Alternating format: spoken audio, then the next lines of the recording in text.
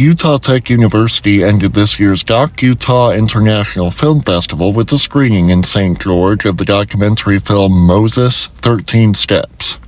The film chronicles the life of Dr. Edwin Moses, an Olympic gold medalist who has an unbeaten record of 122 consecutive wins in the 400-meter hurdle. He accomplished this by keeping himself at a pace of just 13 steps between hurdles on the track. Moses introduced the film prior to the screening in St. George. But this film is a very, very different film from most films that are done on professional athletes, which I started out as an amateur and turned the sport into professional.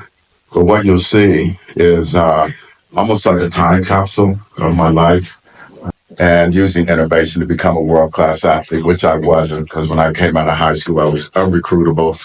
5'6", 102 pounds my freshman year in high school. 5'7", 117 my junior year in high school. It really doesn't make any sense for me to have gone from high school 3 years later Olympic champion. But in the story, you'll see all those transitions.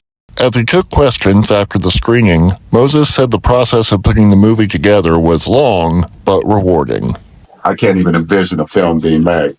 So it took 3.5, almost 4 years for the film to get made.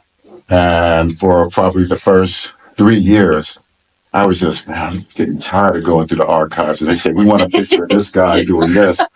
And I got to go through like 3,000 pictures again, to try to find. I know it's there, but I don't know which box it's in. Because I've looked through these things 5 or 6 times and put them all out of order again. So now I've got to start. But it was an adventure doing the film, and they did a very good job. The film also covers Moses' work to expose the use of performance-enhancing drugs in Olympic-level sports. He explained his motivation for this. My school, we didn't have a track when I went to college. I was jumping fences, actually jumping fences to go work out every day. So I was I took it very personal when athletes wanted to cheat, because I didn't have anything. As you should. Moses was asked what it takes to accomplish the athletic feats which have made him a living legend. I was always hungry. Yeah. I was hungrier than everyone else. I was. I did not like to lose. I always lost until 1976. Everybody else was, 5'9", 6 feet. I'm 5'6", 102, chasing these guys down from behind before I grew. So that was the confidence that I had. If I'm behind, I'm going to work hard until I catch up.